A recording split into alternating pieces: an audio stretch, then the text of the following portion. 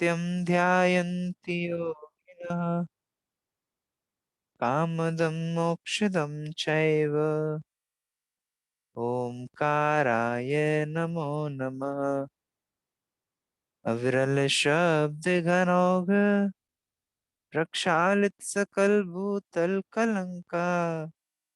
मुनिभिरुपासित तीर्था Saraswati हरतु no दुरितान्।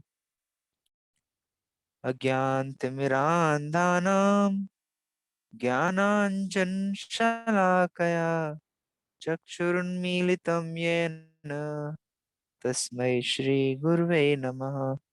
तस्मै श्री गुरुवे नमः। आचार्य पूजपाद देव द्वारा भैया विरचित जी, ष्टोपदेश जी ग्रंथादिराज। हाँ, बताइए। ये जो लास्ट में हमने बोला है तस्मै से गुरु भे नमः, तस्मै से भे का हाँ, इसका मीनिंग बता दीजिएगा लास्ट लाइन का। देव, शास्त्र और गुरु, इन तीनों का मंगलाचरण यहाँ पर है। मंगलाचरण ये है शास्त्र स्वाध्याय का प्रारंभिक मंगलाचरण।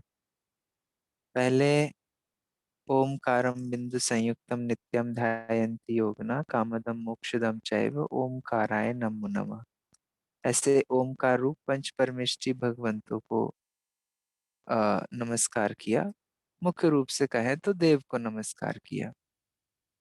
फिर जिनवाणी माता को नमस्कार किया। अरल शब्द घनौघ प्रक्षालित सकल भूतल मल कलंका मुनिभिरुपासित तीर्था सरस्वती हरतु नो दुरितान्। अविरल शब्द रूपी जल से जो समस्त जगत के कलंकों को नष्ट करते हैं, मुनिराज भगवंतों के द्वारा भी जो उपासित है, तारने वाली है, ऐसी जिनवाणी माँ को, जो मेरे दुर्तान मतलब पापों को हरती है, ऐसी जिनवाणी माँ को नमस्कार हो। अब गुरु मतलब निर्ग्रंथ दिगंबर गुरु आचार्य उपाध्याय साधु, उनको नमस्कार करते हैं। अज्ञान तिमिरांधानम मतलब अज्ञान रूपी अंधकार में जो ज्ञान अंजन शलाकया, शलाका होती है ना, आंखों में हाँ, सूरमा हाँ लगाने के जी। लिए जो सलाई यूज की जाती है, तो जी। ज्ञान रूपी काजल को जिन्होंने मेरी आंखों में लगाया और मेरी आंखों को आ, खोलने में जिन जो निमित्त भूत हैं, जिन्होंने अज्ञान रूपी अंधकार को हटाया है, ऐसे तस्मय चक्षुरुन्मीलितम मतलब हमारी आंखों को उन्मीलित करने वाले हैं, खोलने वाले हैं, ऐसे गुरु को मेरा नमस्कार हो। कैसे हैं वो गुरु, फिर आगे बात करते हैं। उन गुरुओं में श्री परम गुरुवे नमः। परम गुरु कौन है? अरहंत भगवान। परंपराचार्य गुरुवे नमः। उनकी परंपरा में होने वाले समस्त गुरुओं को नमस्कार किया, मतलब गणधर परमात्मा से लेकर अ, आचार्य पूज्यपाद देव तक, और जितने भी अ, इसमें अ, आचार्य भगवंत मुनि भगवंत इस परंपरा में हुए हैं, उन सबको नमस्कार। कैसे हैं वो? सकल कलुष विध्वंसकम, समस्त कलुषों के विध्वंस करने वाले हैं। श्रेय शाम परिवर्धकम, श्रेय माने होता है लक्ष्मी, मोक्ष रूपी लक्ष्मी, उसका परिवर्धन करने वाले हैं। धर्म संबंधकम, भव्य जीव मना प्रतिबोध कारकम, भव्य जीव के मन को प्रतिबोध, उत्कृष्ट बोध देने वाले हैं। पुण्य का प्रकाश करने वाले हैं, पाप को नष्ट करने वाले हैं, ऐसा शास्त्र है ना। ये सारी चीजें अभी शास्त्र की अ, अ, विशेषण हो गई। ऐसा शास्त्र इष्टोपदेश नामधेयम, इस शास्त्र के मूल ग्रंथ करतारा तो सर्वज्ञ देव हैं। तदुत्तर ग्रंथ करतारा मतलब उसके उत्तर ग्रंथ करतार, उसके पश्चात ग्रंथ करतारा श्री गणधर देव हैं, फिर प्रतिगणधर देव हैं। उनके वचनों के अनुसार श्रीमद् भगवत पूज्यपाद देव ने इस ग्रंथ की रचना की। ऐसे ग्रंथ को हे श्रोताओं सावधान होकर सुनना। या प्रतिगंधर में समस्त आचार्य देवों को लिया, पूर्ववर्ती आचार्यों को। हाँ, हाँ, वैसा समझ लीजिए। गणधर परमात्मा के बाद जो भी आचार्य हैं, उपाध्याय हैं, साधु हैं, जो भी उस परंपरा में हुए हैं, आप सब ले सकते हैं। मुझे विशेष जिनवाणी की टर्मिनोलॉजी समझनी होगी कि गंधर के बाद प्रति गंधर नाम की कोई विशेष उपाधि है या फिर सामान्य है। तो मेरे ज्ञान में फिलहाल तो वो सामान्य है, कुछ विशेष रहा तो आप देख के बताइएगा, मुझे भी कुछ ख्याल में आएगा तो बताऊंगा। थैंक यू भैया, ठीक है, आई बहुत होप आपको सुंदर। ख्याल आया होगा। ओके। उत्कृष्ट ग्रंथ स्टोपदेश जी ग्रंथादिराज, बहुत आनंद आपको इसकी चर्चा में आ रहा होगा, ऐसा मुझे विश्वास है। इसमें हम लोगों ने अभी आई थिंक हमारी 16 गाथाएं हो गई होंगी, 11 हुई हैं तो कितना, 18 गाथा है। 10 क्लासेस हो गई ना हमारी, 18 तक हो गई होगी, राइट। 18वीं गाथा में क्या बात थी, आपको विषय तो ख्याल आ रहा होगा। शुरुआत से बात जो चली उसमें अ, उपादान की योग्यता से सब काम होते हैं, स्वर्ग के सुख से ही काम चल जाएगा, मोक्ष की क्या आवश्यकता है। तो भैया सुख दुख केवल देह की मात्र वासना जान। आई होप आपने वो 5 गाथाएं याद भी की होंगी जो पिछली बार आपसे कहा गया था। तो वो विषय हमने देखा। फिर जगत में इष्ट क्या है अनिष्ट क्या है, पेड़ पर बैठे हुए पंछियों की तरह और वो फावड़े की तरह, वास्तव में इष्ट अनिष्ट कोई नहीं है, ये सब तुम्हारी खुद की कल्पनाएं हैं। धन की बात बहुत चली, फिर भोगों की बात चली, है ना। धन संबंधी काफी कुछ डिटेल हुई कि आरंभ में तो वो बहुत मुश्किल से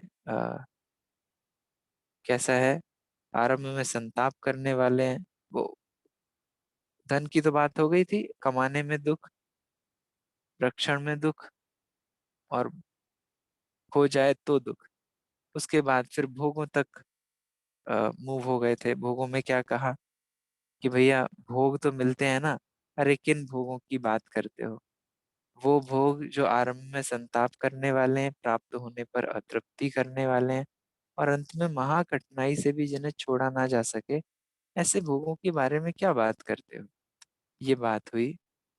और ये भोगों का ही आगे का स्वरूप बताया कि भाई जिस शरीर के लिए तो अनेक सुख की सामग्रियां चाहते हो, उनका स्वरूप क्या है, उस शरीर का ही क्या स्वरूप है। ऐसा स्वरूप है कि जिसको छूकर अच्छे से अच्छी शुद्ध और पवित्र वस्तुएं अपवित्र हो जाती हैं। ये काया अति विघ्नमय है, उसके लिए तुम क्या आ, भोगों की रट लगाए बैठे रहते हो। ये बात अपनी पिछली बार हो गई थी। फिर शिष्य ने कहा कि तब धनादि से भी आत्मा का उपकार होगा, अर्थात भगवान सतत, शरीर सतत बाधा का कारण होने से उस पर धनादि से उपकार नहीं होता, तो आत्मा का उपकार केवल उपवास आदि तपश्चर्या से ही नहीं अपितु धनादिक से भी होगा। क्यों? क्योंकि आत्मा का अर्थात जीव का उपकार अर्थात अनुग्रह होगा, ऐसा ये शिष्य कहता है कि ये धनादि से आत्मा का भी उपकार होता है, आप अभी भी धन को छोड़ नहीं रहे। तो अंत में ये धन वाला चैप्टर क्लोज करते हुए आचार्य देव एक गाथा कहते हैं कि तुम अभी भी धन की आ, ये रट लगाए बैठे हो। आ, जरा इसका फिर से हम एनालिसिस देख लेते हैं, और एक एक एक लाइन में दो टूक बात कह देते हैं कि तुम बार बार धन के पीछे या भोगों के पीछे रट रट मत लगाओ। ये कोर प्रिंसिपल है, देखते हैं, बात करते हैं क्या कहा। यज्जीवस्योपकाराय तद्देहस्यापकारकम्, यद्देहस्योपकाराय तज्जीवस्यापकारकम्।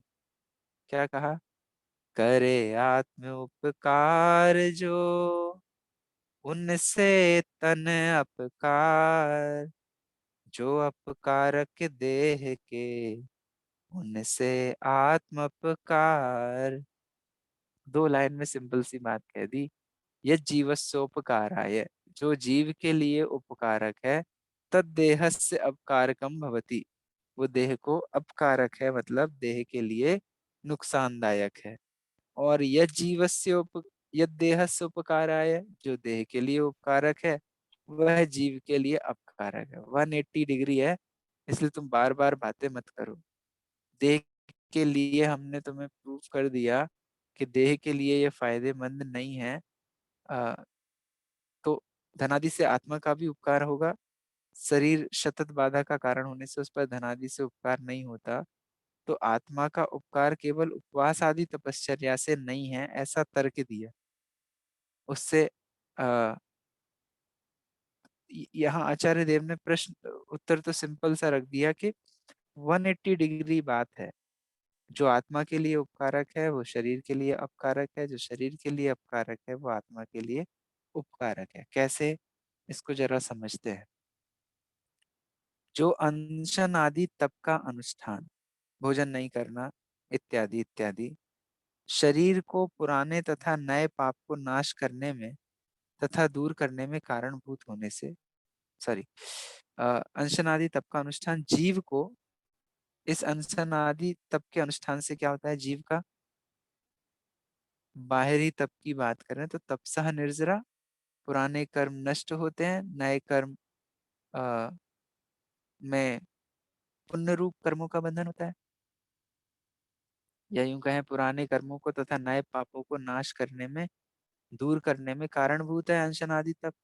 तो जीव को तो ये उपकारक है, पर देह को ग्लानि आदि का कारण होने से अपकारक है। देह सूख जाती है ना, और परेशानियां देह में दिखाई देती हैं। और जो धनादिक भोजनादिक के उपयोग द्वारा क्षुधादि पीड़ा को नाश करने का कारण होने से शरीर को उपकारक है।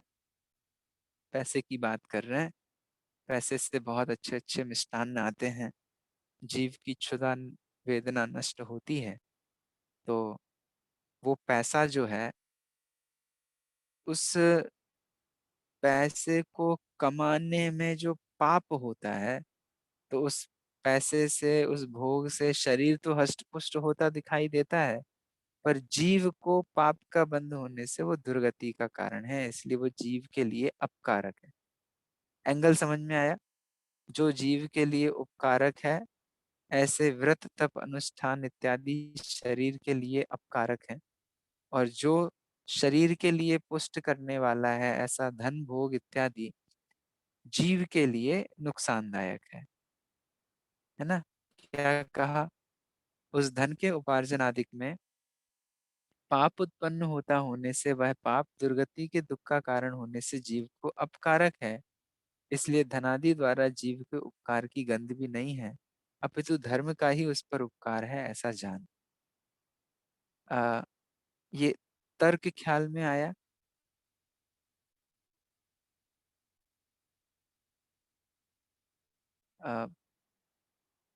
सॉरी, आपकी वॉइस मेरे तक नहीं आई। किसी को इस तर्क में कोई शंका? तर्क ख्याल में आता है? व्हाट इज द लॉजिक, क्या दिया है इन्होंने यहाँ पर?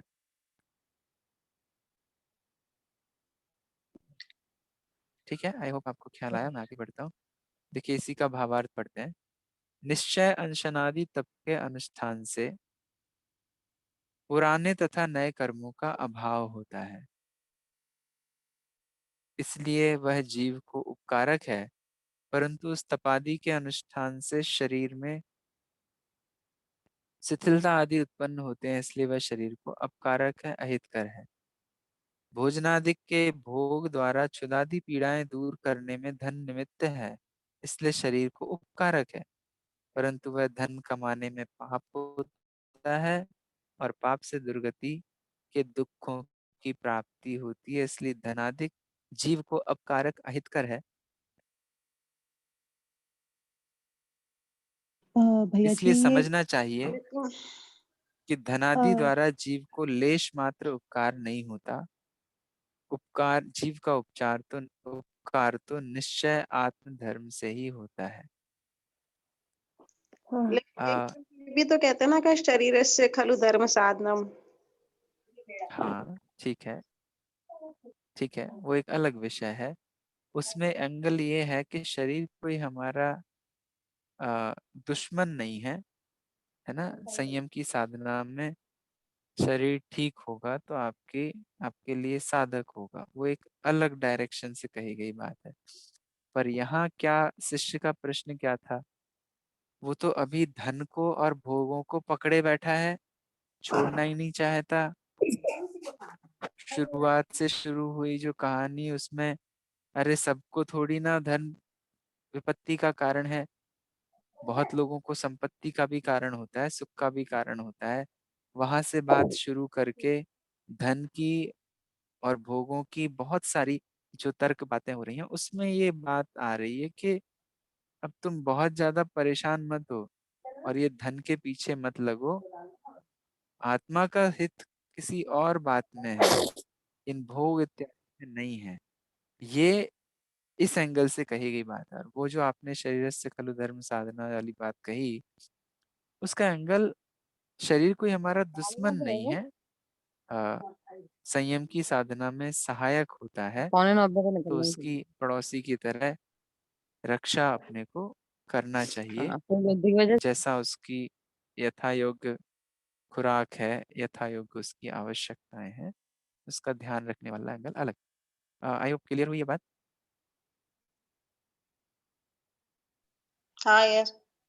देखिए अभी अ, आप जो कह रहे हो वही यहाँ पर, यहाँ शिष्य कहता है जब शरीर के उपकार संबंधी विचार किया जाता है भगवान, यदि ऐसा हो तो शरीर वास्तव में धर्म का आद्य साधन है। शरीर से ही तो होते हैं धर्म की साधना। इस कथन से उसके उसका रोग आदि से नाश होना रोकने का प्रयत्न किया जाता है। शरीर हमारा दुश्मन नहीं है, उसको जबरदस्ती रोग और बाधाओं में मत डालो, उसकी उसकी रक्षा करो। और शरीर के रोगादिक को, बाधाओं को दूर करना भी मुश्किल नहीं, ऐसा वाच्य कारण है। कारण कि ध्यान आदि द्वारा उसे सहजता से किया जाता है। तत्वानुशासन श्लोक 217 में कहा है, यत्राधिकम। जो इस लोक संबंधी फल हैं और जो परलोक संबंधी फल हैं, उन दोनों फलों का प्रधान कारण ध्यान ही है। ध्यान के लिए कुछ भी दुर्लभ नहीं है। उस ध्यान से यहाँ शिष्य ने फिर से प्रश्न किया, हमने तो ऐसा पढ़ा है कि शरीर वास्तव में धर्म का प्रमुख कारण है, और आपने कहा जो आत्मा के लिए उपकारक है वो शरीर के लिए अपकारक है। तो ध्यान तो आत्मा के लिए उपकारक है और उससे शरीर संबंधी दुख भी दूर हो जाते हैं। तो आप ये क्यों कहते हो? आपकी ये बात तो ठीक नहीं बनती है कि जो आत्मा के लिए उपकारक है वो शरीर के लिए अपकारक है। तब कहते हैं कि इस विषय में आचार्य निषेध करते हैं कि वैसा नहीं है। ध्यान के द्वारा शरीर का उपकार नहीं चिंतवन करना चाहिए, ऐसा अर्थ है। तुम अपोजिट कर रहे हो, उल्टा अर्थ कर रहे हो। ध्यान शरीर के हष्ट पुष्ट रखने के लिए नहीं किया जाता है, ध्यान तो आत्मा के लिए ही किया जाता है। देखिए क्या कहते हैं,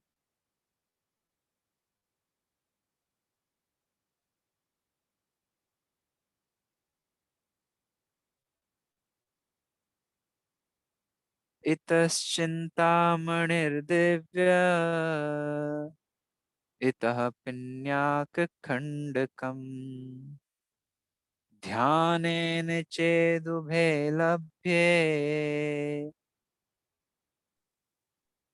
क्वाद्रियन्तां विवेकिनः। चिंतामणि सा दिव्यमणि और खली के टूक, संभव है सब ध्यान से किसे मान दे बुद्ध। लॉजिक समझ में आ रहा है? आचार्य देव ने उदाहरण दिया अनशन का और धन का। शिष्य ने फिर से काउंटर क्वेश्चन खड़ा किया और बोला कि भैया, ध्यान तो आत्मा के लिए भी सहायक है और ध्यान से शरीर भी अच्छा होता है, और आप तो कह रहे हो कि जो आत्मा के लिए अच्छा है वो शरीर के लिए अपकारक है। तो ऐसा ऐसा तो अपोजिट लगता है। तब आचार्य देव कहते हैं कि इतः दिव्य चिंता मणि, एक ओर दिव्य चिंतामणि है, इतः च पिंड्याक खंडकम, और दूसरी ओर खली, खल का टुकड़ा है। खली जानते हो, जिससे तेल निकल चुका होता है और पशुओं को खिलाने में यूज जिसे किया जाता है, उसे खली कहा। खली का टुकड़ा है।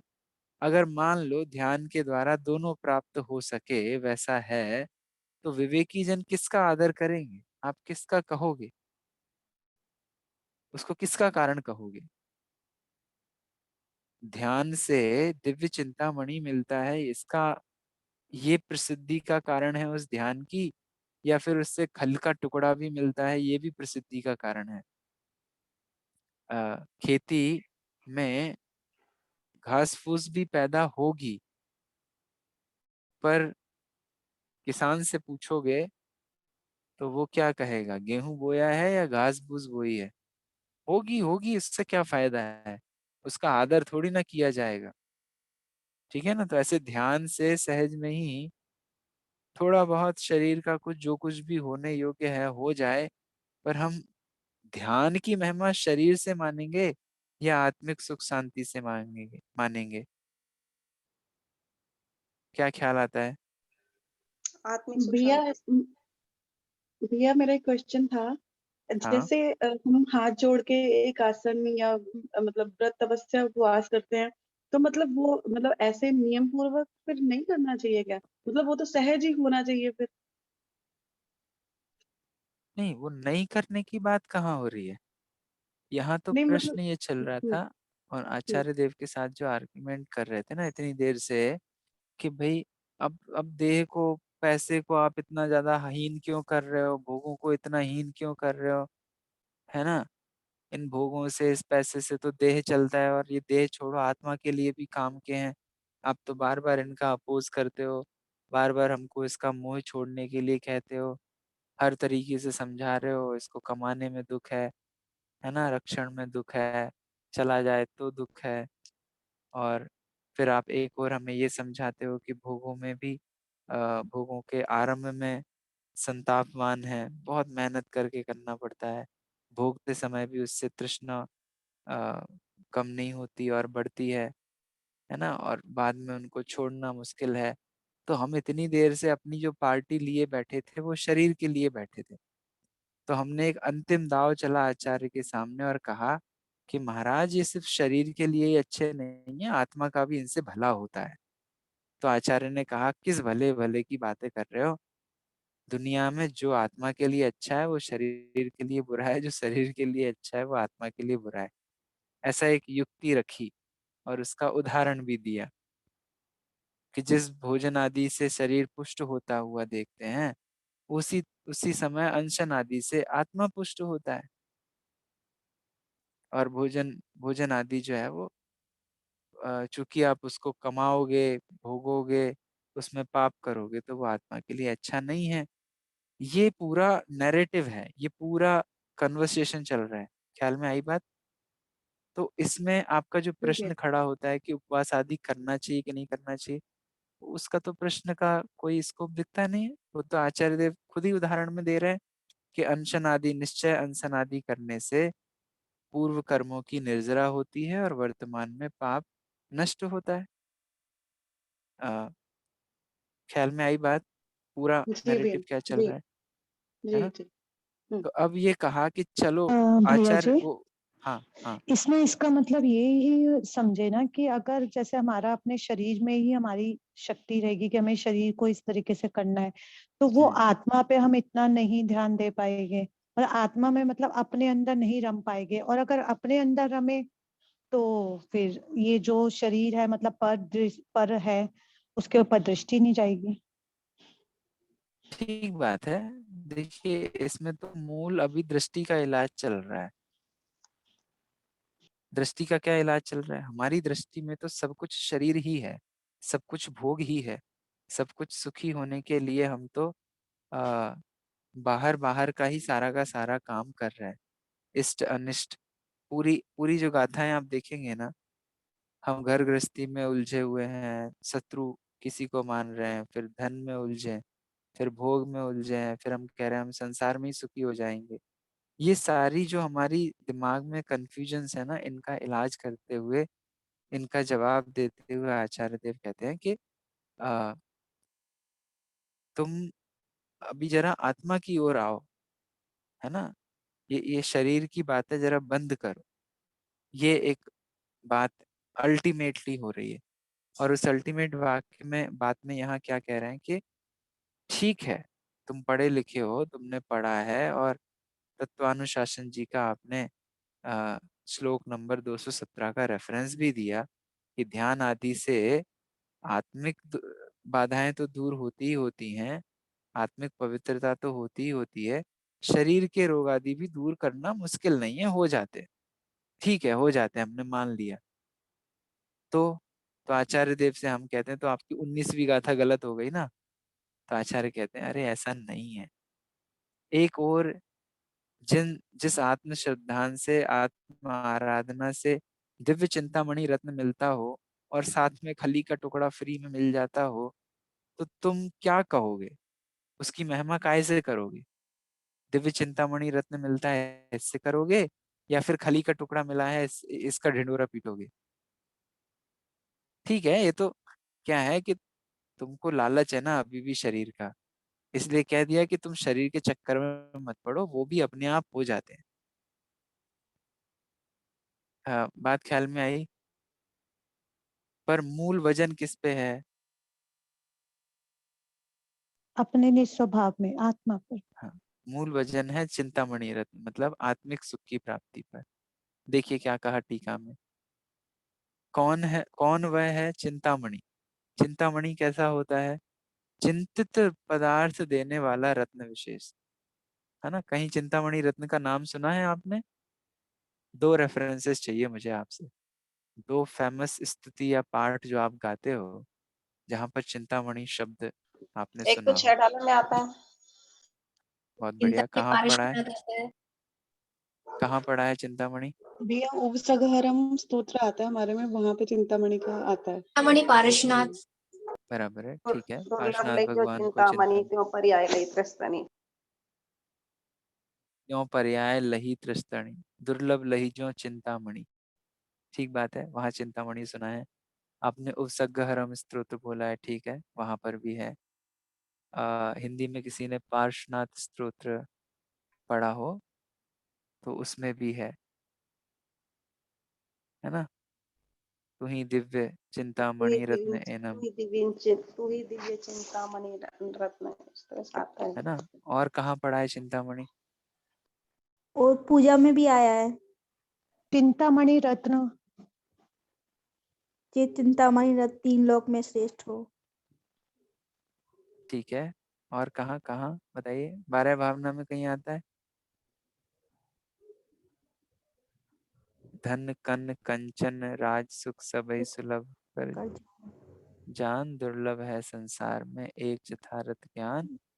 आगे क्या कहा? जांचे सुरतरु दे सुख। चिंता रहे। सुरतरु माने कल्प वृक्ष, कल्प वृक्ष के सामने जाके हाथ फैलाना पड़ता है, बोलना पड़ता है, तब अपने को सुख सामग्री मिलती है। और चिंतामणि रत्न तो और महान, उसके सामने तो बोलना भी नहीं पड़ता, बस मन में चिंतन किया और इच्छित वस्तु प्राप्त हो जाती है। तो जांचे सुरतरु दे सुख, चिंतत चिंता रैन, और बिन जांचे बिन चिंतये धर्म सकल सुख देन। धर्म कैसा है? बिना जांचे, बिना याचना किए और बिना ही चिंता किए समस्त सुखों को देने वाला है। तो चिंतामणि रत्न एक ऐसा विशेष रत्न है। कैसा है? दिव्य है, मतलब देव उसके द्वारा, देवों के द्वारा अधिष्ठित है। देवताओं से रिलेटेड जो चीज होती है वो दिव्य हो जाती है ना। कहाँ? एक बाजू में, एक तरफ तो दिव्य चिंतामणि रत्न है और दूसरी ओर खराब हल्का खली का टुकड़ा है। ये दोनों भी यदि ध्यान से प्राप्त हों, अवश्य मिल जाएं, तो कहो दोनों में से किस एक में विवेकी जन अर्थात लोभ का नाश करने में चतुर पुरुष आदर करेंगे? कौन सा लेंगे? इसलिए इस लोक संबंधी फल की अभिलाषा को छोड़कर अब बार बार वही मत घूमो। परलोक संबंधी लोकोत्तर फल की सिद्धि के लिए आत्मा का ही ध्यान करना चाहिए। तत्वानुशासन श्लोक 220 में यही कहा है। तुमने जो ऊपर मतलब निकाला उससे आगे भी तो पढ़ना चाहिए था।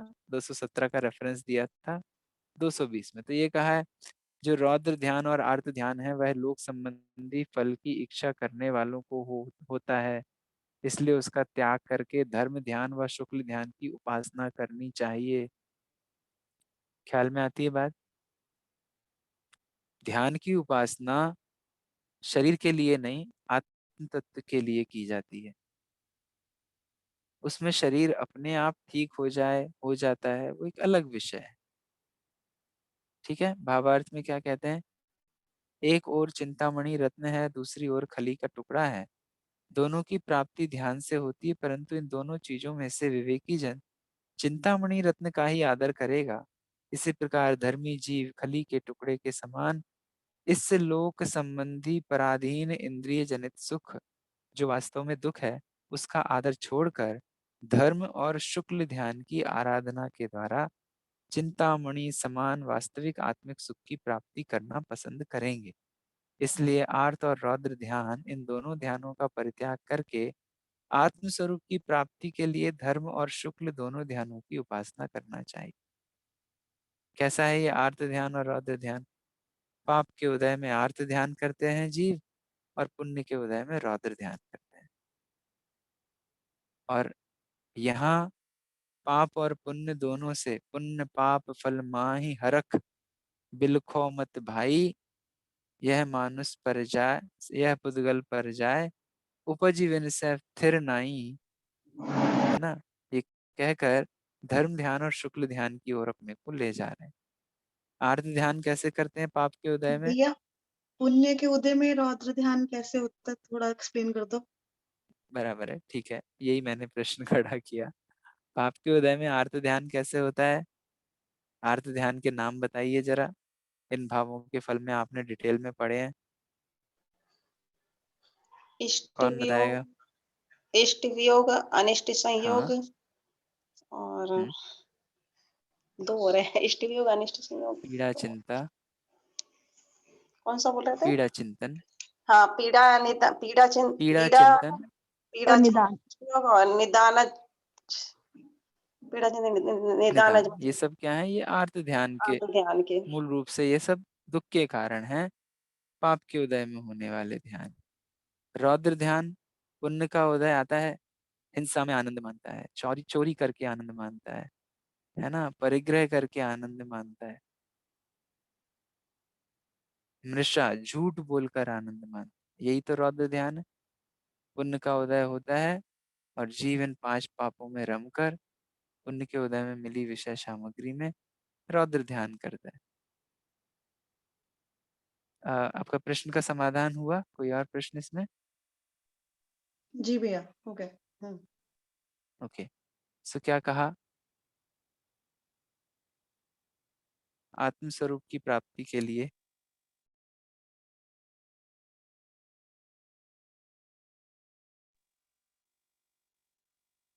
आत्म स्वरूप की प्राप्ति के लिए इन दोनों ध्यानों की उपासना करनी चाहिए। कौन से? धर्म ध्यान और शुक्ल ध्यान। कौन कौन से हैं धर्म ध्यान और शुक्ल ध्यान? नाम याद है किसी को? आज्ञा विचय, अपाय विचय, संस्थान विचय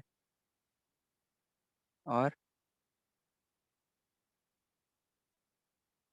विपाक विचय,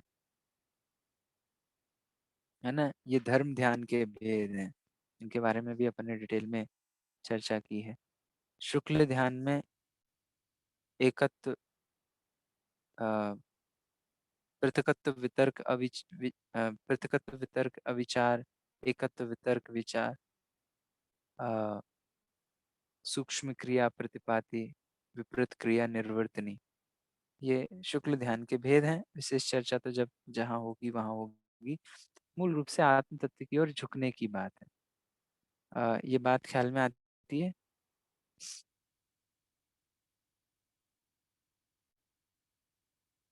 तो ये पूरी बातें, सॉरी, आपको इतनी बात ख्याल में आई? तो अभी 20 गाथाएं जो आचार्य देव ने, 20 श्लोक जो आचार्य देव ने इतने बार कहे, तब जाके शिष्य कहीं ट्रैक पर आया और पहली बार उसने ढंग का, मतलब अब आत्मा की ओर झुकने वाला प्रश्न शुरू किया। अब शिष्य जिसको समझाए जाने पर श्रद्धान उत्पन्न हुआ है, वह पूछता है कि ध्यान करने योग्य है ऐसा आपने जिसका उपदेश दिया है, उस आत्मा का स्वरूप क्या है? जिसका ध्यान करने योग्य है उस आत्मा का स्वरूप क्या है? अब ये मेन, मतलब अभी तक आप जो बात कहोगे 20 श्लोक तक तो भूमिका बनाई है आचार्य देव ने, हमें इस लायक बनाया है कि अब हम ये प्रश्न पूछें। चलो भैया, हम मान लिया आपकी हमने अब सब बात। अब जिस आत्मा के ध्यान की आप बात करते हो, अब हमें उस आत्मा के ध्यान, आत्मा के बारे में बताओ, उसका ध्यान हम कैसे करें ये बताओ, और सुखी होने की हमको विधि बताओ। ये बात ख्याल में आती है? अब ये प्रश्न यहाँ पर खड़ा किया जाएगा, है ना? वह आत्मा है कैसा? उस आत्मा की क्या महिमा है? वो आत्मा करता क्या है? उस आत्मा को हम प्राप्त कैसे करें? ये विषय अब अपन आगे पढ़ेंगे। यहाँ तक विषय ख्याल में आया आपको? एक लय आपको विषय में ख्याल में आई? कोई प्रश्न, कोई विशेष बिंदु कहना चाहेंगे? इन 20 गाथाओं में क्या किया, 20 श्लोक में क्या किया?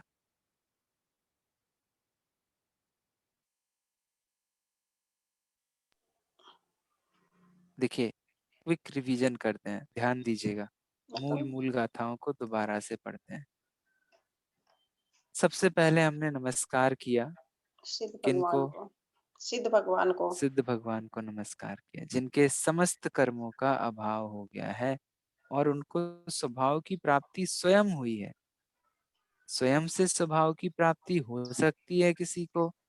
प्रश्न हमने खड़ा किया तो आचार्य देव ने कहा कि हाँ, होती है।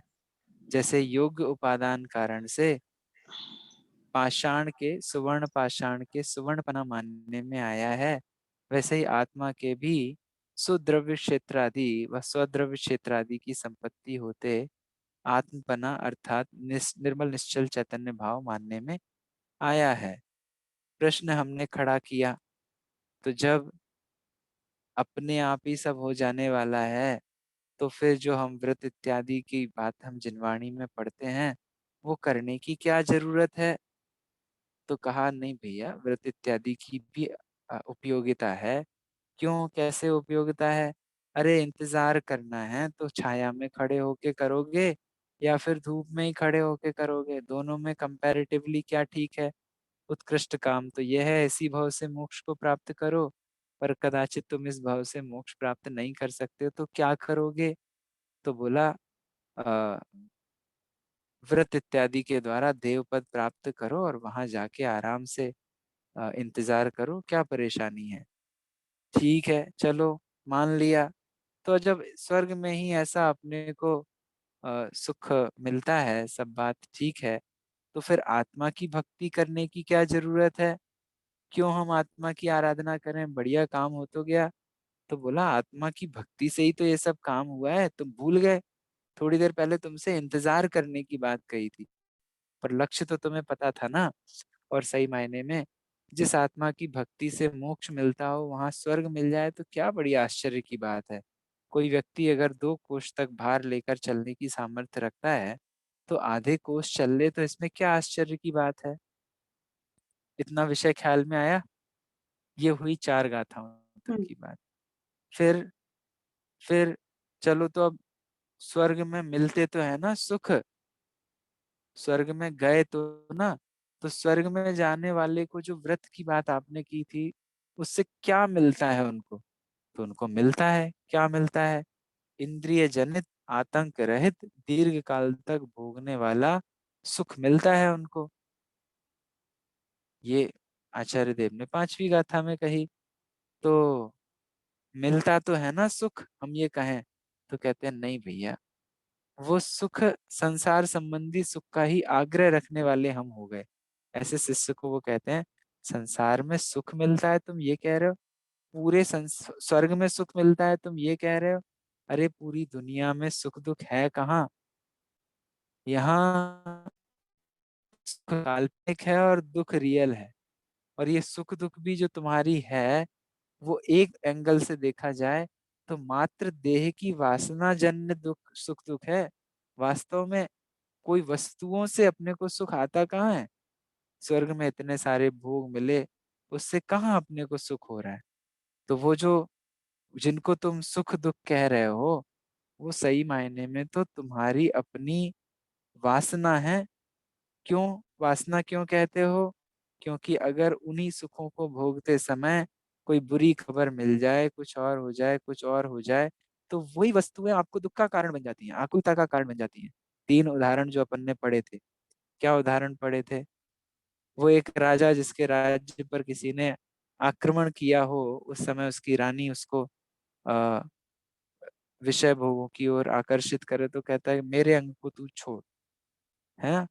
एक ऐसा व्यक्ति जिसको बहुत तेज भूख लगी हो, उसके लिए सुंदर महल, चांदनी, वीणा, यौवन, ये क्या मतलब की हैं? और एक ऐसा पक्षी जो अपने प्रिय के साथ नहीं है, उसको धूप तो सुख का कारण होती थी क्योंकि उस समय प्रिय साथ में था, अब चांदनी भी उसको दुख का कारण बन रही है। तो इसका मतलब क्या हुआ कि तुम्हारी जो सुख दुख की कल्पनाएं हैं वो वासना जन्य है। वास्तव में किन्हीं वस्तुओं से सुख दुख नहीं होता। ये बात ख्याल में आई? फिर आचार्य देव कहते हैं अच्छा, सॉरी सॉरी, आप कहते हो वासना मात्र है, पर हमें क्यों समझ में नहीं आता? बोला तुम्हारे ऊपर मोह की धूल पड़ी है। जैसे कोदव का सेवन करने वाला कोई मनुष्य हो, उसको सही गलत कहाँ पता चलता है, वो तो नशे में है।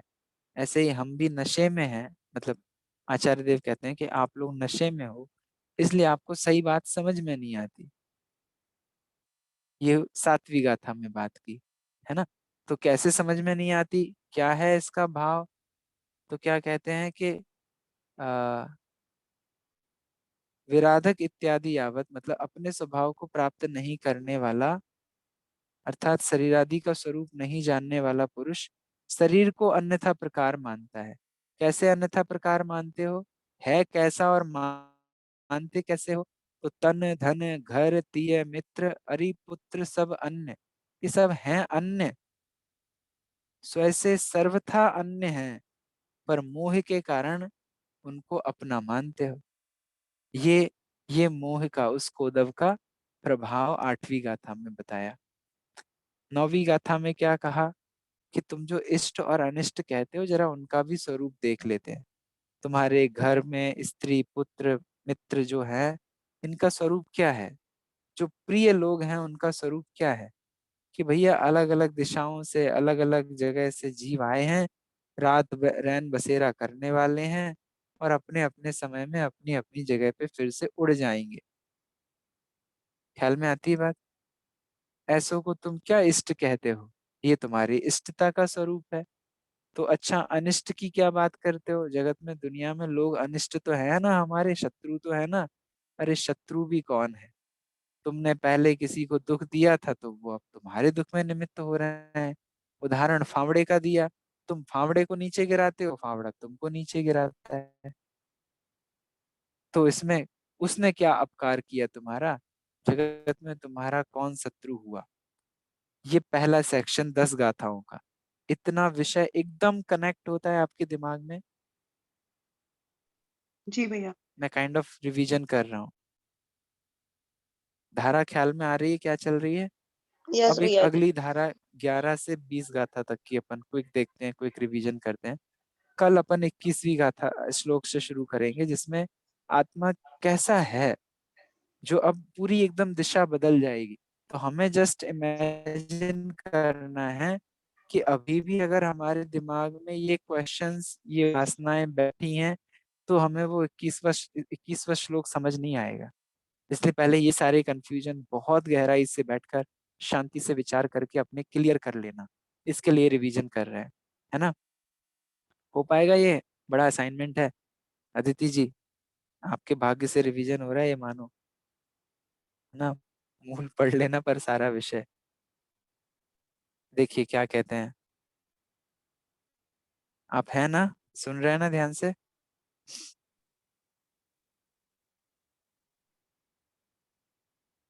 क्या कहते हैं? हित और अहित करने वालों के प्रति राग द्वेष करने वाला क्या करता है, क्या परेशानी है?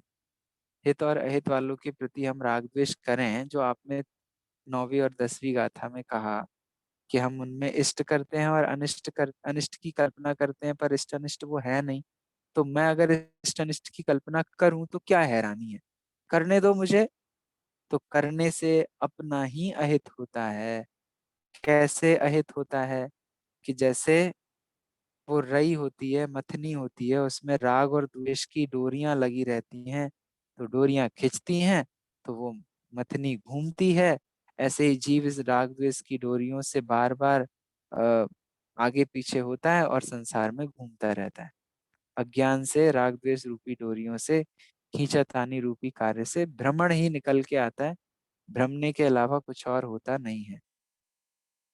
बात ख्याल आ रही है? कोई एक दो जन बता दीजिए, आप लोग मेरे हाँ जी साथ हैं? भैया, क्लियर है। ओके। हम्म, फिर 12वीं गाथा शुरू हुई। क्या कहा? अगर उसमें भी, संसार में भी जीव सुखी रहे तो क्या परेशानी है? हम राग द्वेष में ही मस्त हैं, आपको क्या हैरानी? आप हमें संसार से क्यों निकालना चाहते हो? केवल मोक्ष में ही सुख होता है क्या? हम संसार में भी तो सुखी रह सकते हैं ना। तो कहते हैं भैया संसार में कैसे सुखी होगे? संसार का स्वरूप तो देखो जरा। विपदा एक टले नहीं, बाट बहुत सी जोए, रहट बंधा घटकूप में कभी ना खाली होए। एक आपत्ति जाती है, चार विपत्तियां लाइन लगा के खड़ी हैं। तुम कह रहे हो आकुलता रहित संसार में हो जाओगे, कैसे हो जाओगे? ऐसा आचार्य देव ने 12वीं गाथा में, 12वें श्लोक में कहा। तो क्या कहा आगे?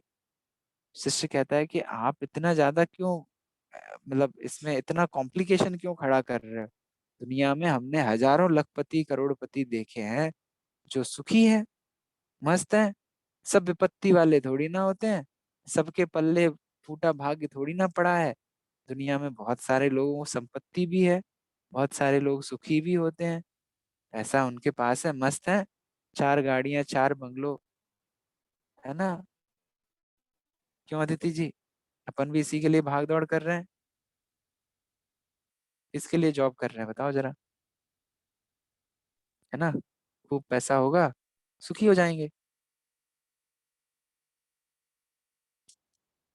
क्या बोलते हो? अपने को लगता है ऐसा?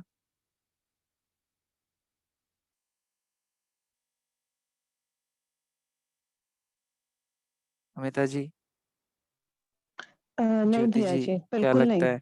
नहीं, हमारी इच्छाओं तो उससे तब, ज्यादा ही बढ़ती है रहेगी। ना? राइट, तो उसको देखो आचार्य देव क्या कहते हैं। अरे जिस धन की तुम बात कर रहे हो, अर्जन रक्षण है कठिन फिर भी सत्वर नाश, रे धनादि का सुख यथा घृत से ज्वर न नाश।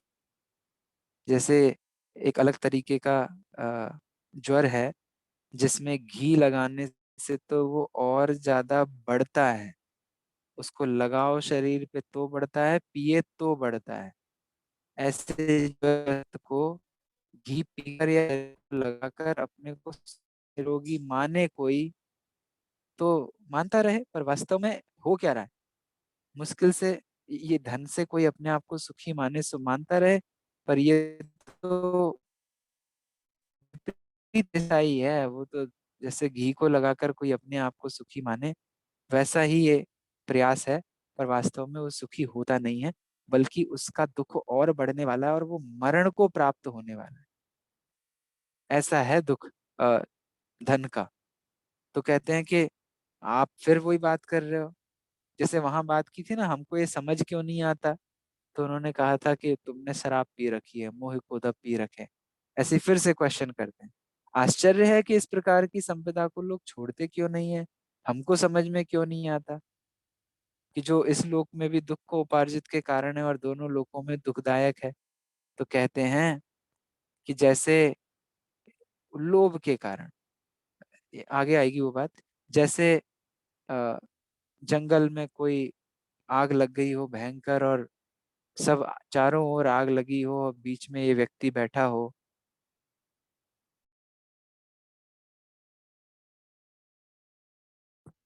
और इसे लगता होवे कि हमारे पेड़ का नंबर तो कभी आएगा ही नहीं, है ना? और बैठा बैठा कह रहा है कि ये जल गया, ये जल गया, ये जल गया। ऐसे ही ये चले गए, ये चले गए, ये चले गए, इनका जीवन खत्म हो गया। दूसरों की विपत्तियां तो देखता है, खुद के ऊपर आने वाली विपत्तियों को जीव नहीं देखता। ऐसी बात यहाँ कही। तो क्यों नहीं देखता, क्या कारण है ना देखने का? तो कहते हैं लोभ के कारण। किसके कारण? लोभ के धनादि की आसक्ति के कारण। सामने के सामने उसके साथ फ्री में मिलने वाली जो विपत्ति है वो दिख रही है, फिर भी वो उसको नहीं देखता। कैसे नहीं देखता? कि आपने बनिया देखा है ना, उसको अपने आयु की परवाह नहीं होती है कि हमारी आयु खत्म हो रही है। सामने हमने उदाहरण लिया था ना, 50,000 रुपये महीने का इंटरेस्ट आए, तो उस ब्याज का तो बहुमान उसे आता है, पर एक महीना जीवन का खत्म हो गया। वो भावना भाई मन में, ये दिन जल्दी बीत जाए, ये दिन जल्दी बीत जाए, है ना, मेरा आज का इंटरेस्ट इससे हो जाएगा, आज का ब्याज मेरा अर्न हो जाएगा। जैसे कहा कि काल के निर्गमन व्यतीत होने, आयु के क्षय होने से तो वास्तव में इधर ब्याज की तो वृद्धि होती है, पर आयु का क्षय होता है समय बीतने से। तो उस समय बनिए को लोभ के कारण अपना नुकसान जो हो रहा है असलियत में वो दिखाई कहाँ देता है? ये है लोभ। इसके कारण हमें दिखाई नहीं देता कि हमारा जीवन चला जा रहा है ना। बहुत सारे उदाहरण तब अपन ने लिए थे। अब छुट्टी आ गई है, क्रिसमस की छुट्टी लगी आ गई है। अरे छुट्टी आ गई है तो छुट्टी का मतलब भोग थोड़ी ना होता है। जीवन तो हमारा बीत रहा है ना। स्कूल वालों ने छुट्टियां कर दी तो क्या, ऑफिस वालों ने छुट्टियां कर दी तो क्या। ख्याल में आती है बात? विचार करना, जीवन तो हमारा है। ये बात 15वीं गाथा में कही। 16वें छंद में क्या बात करी कि आपने ये जो सब बातें करी जिससे पुण्य का उपार्जन होता है, ऐसे धन की आप निंदा क्यों करते हो? क्यों, कैसे होता है पुण्य का उपार्जन? अरे भैया, धन से ही तो आ, हम दान पुण्य करेंगे, विधान करेंगे, पूजन करेंगे, मंदिर बनवाएंगे, ये सब हम करेंगे, धन से ही तो करेंगे। तो हमको पैसा कमाने दो ना। तो आचार्य देव कहते हैं कि ये दान करने के लिए पैसा कमाने की जो आदत है ना, ये तो ऐसी है जैसे नहाने जाने वाले हैं इसलिए कीचड़ से स्नान करना। क्यों? क्योंकि आप पहले कमाने के चक्कर में पाप करोगे और फिर उसे कहीं लगा कर पुण्य करना चाहोगे। तो जो पहले ही आप अच्छी सिचुएशन में हो तो आप क्यों गलत सिचुएशन में जाना चाहते हो? आ, अमिता जी, जो अपना कल डिस्कशन चल रहा था विदाई की वेला में, क्या डिस्कशन था? हम दोनों जन कमाएंगे, करेंगे, है ना, और होगा, इस चक्कर में पहले घरों में रोगों को बुलाते हैं, बच्चों में कुसंस्कारों को बुलाते हैं, फिर उसी धन को, मतलब जीवन भर धन कमाने के चक्कर में बीमारियां पैदा करते हैं और फिर बीमारियों को हटाने के चक्कर में पूरा धन खत्म कर देते हैं। जी, तो तुम क्योंकि पहले हम ही अपने बेटर आप को भी सिचुएशन भूल में हो। जाते हैं। क्योंकि हाँ, हम अपने आप को भी उसमें भूल जाते हैं कि भूल हम जाते कर हैं, क्या रहे राइट। हैं। ऐसे ही आत्मा के संदर्भ में बात करें तो धन कम पाप, जैसे शरीर के संबंध में क्या बात की कि धन कमाने के चक्कर में रोगी बनते हैं और फिर रोगों को नष्ट करने के लिए धन को नष्ट कर देते हैं, डॉक्टरों की भेंट चढ़ा देते हैं। ऐसी आत्मा के संदर्भ में बात करें तो क्या कहेंगे? पहले सुखी होने के लिए क्या करते हैं?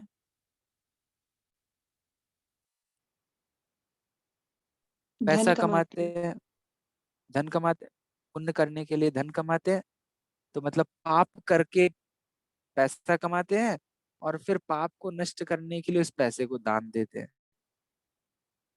तुम पहले ही बेटर सिचुएशन में रहो, थोड़ा बैलेंस करके रहो, ये गड़बड़ वाली बात क्यों करते हो?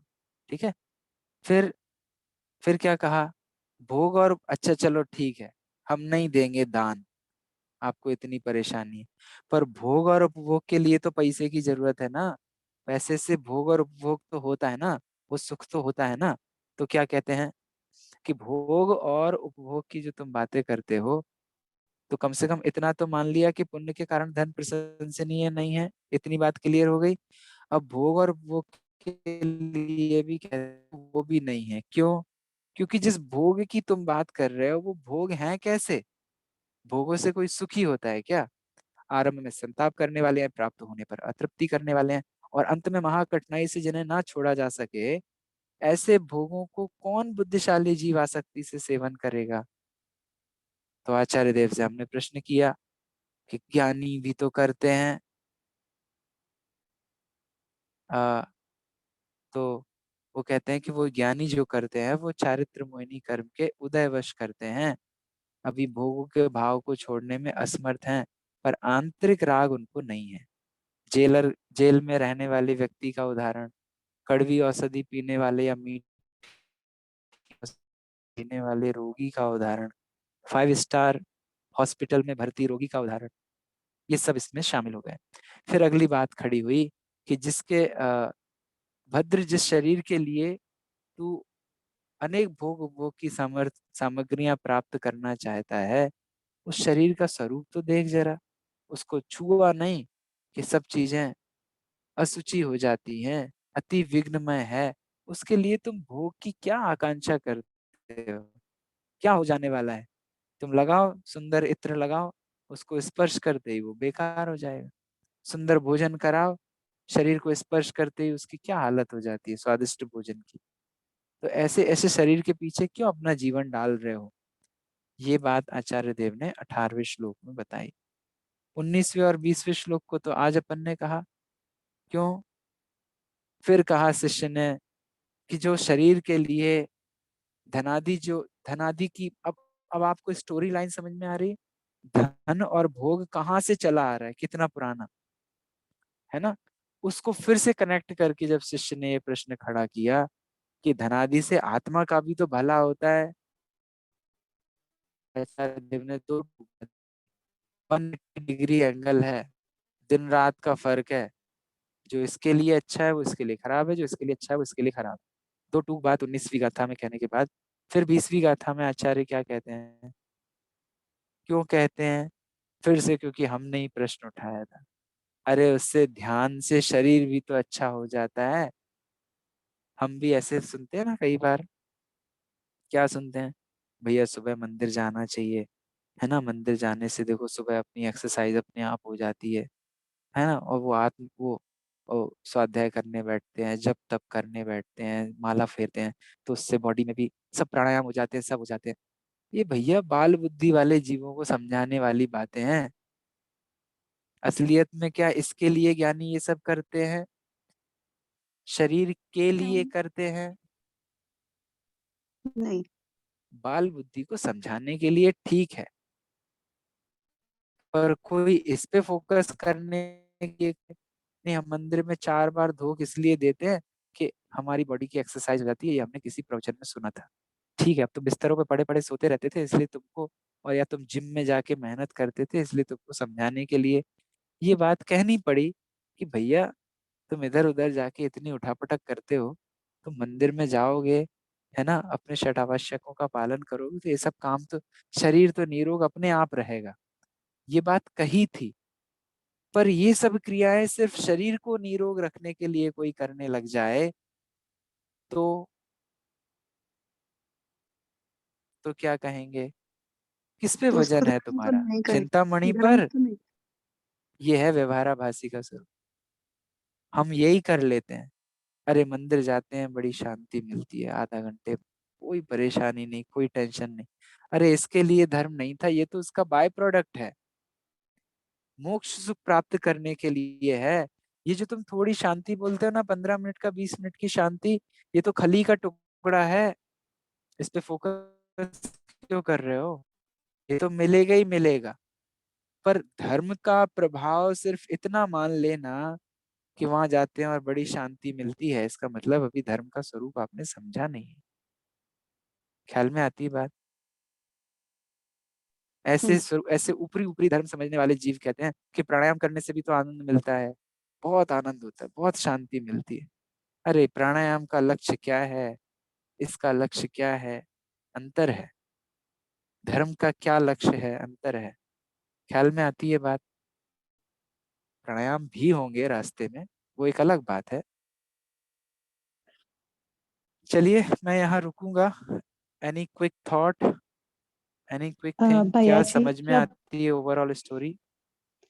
आज से बहुत टाइम पहले जब मैं सुबह मॉर्निंग वॉक करने के लिए जाती थी, जब मैं बहुत ज्यादा नहीं लगी थी, मतलब बहुत ज्यादा इन द सेंस पहले के कंपैरिजन में कि मैं धर्म में नहीं लगी थी, तो तब मैं मॉर्निंग वॉक को थोड़ा ज्यादा इम्पोर्टेंस देती थी।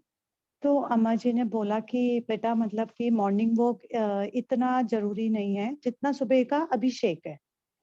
तो मैंने सोचा हाँ ये बात भी है, क्यों, क्योंकि हम पैदल आओ मंदिर जी में और पैदल जाओ, तो और सुबह के टाइम तो ये हमारे लिए मॉर्निंग वॉक सबसे बेस्ट है। जैसे कि सफाई करने का भी एडवाइस दी कि तुम काम वाली को रखते हो अपने आप, और जिम में जाके उसको ही पैसे देके उठक बैठक करते हो, तो तुम अपने घर का काम करो जैसे, तो वो भी बहुत ज्यादा बेस्ट है अगर तुम्हारे को योगा या फिर इन चीजों की बहुत ज्यादा है।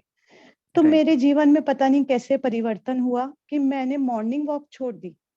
यही हुआ कि नहीं मेरे लिए यही है सब कुछ, और मैं मतलब सुबह ये यहाँ पे जाऊंगी और अभिषेक देखना है और अपना नियम से जो कुछ करना है वो करके और अपने घर का काम करना है, ये मेरे लिए बेस्ट होगा। तो मेरी लाइफ का स्टाइल ही चेंज हो गया जब मैंने ये धारणा बनाई और उनकी मतलब उनका कहना माना।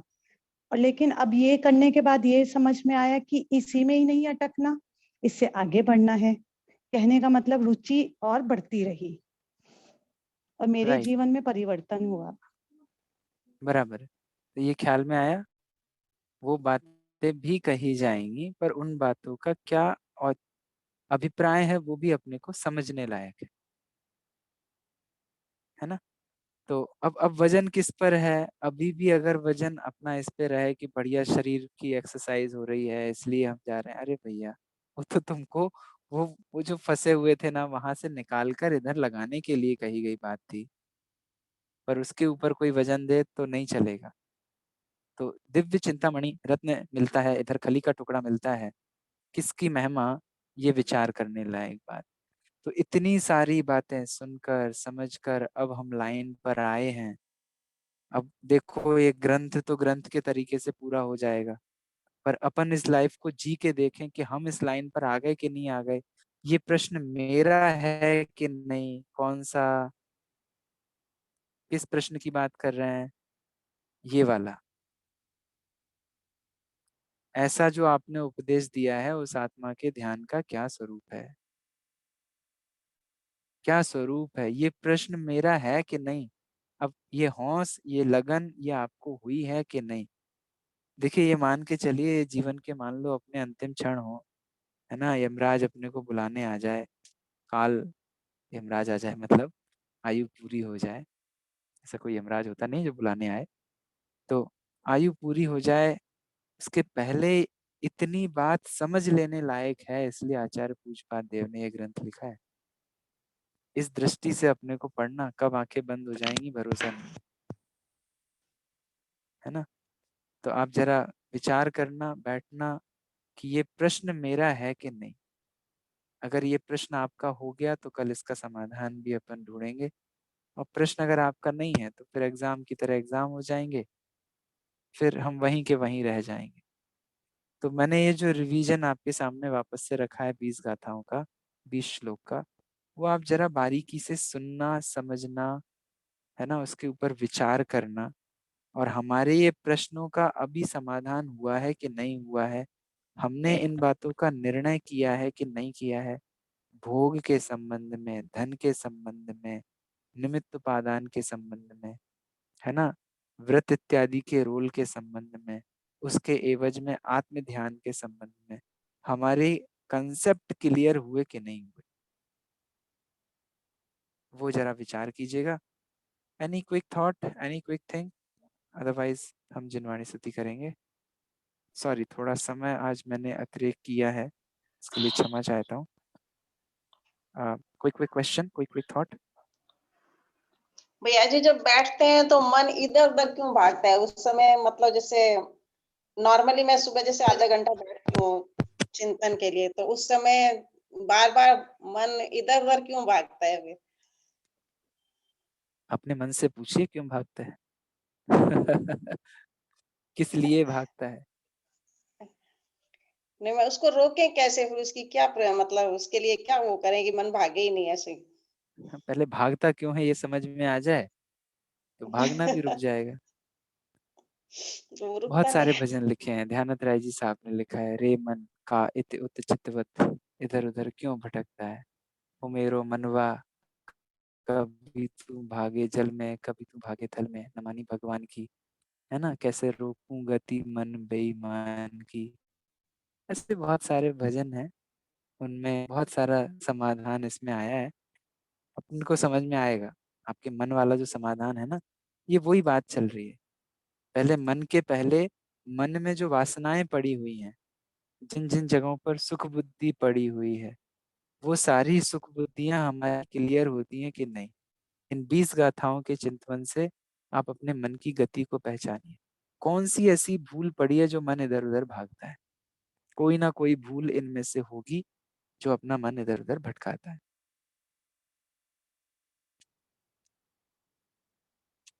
है ना।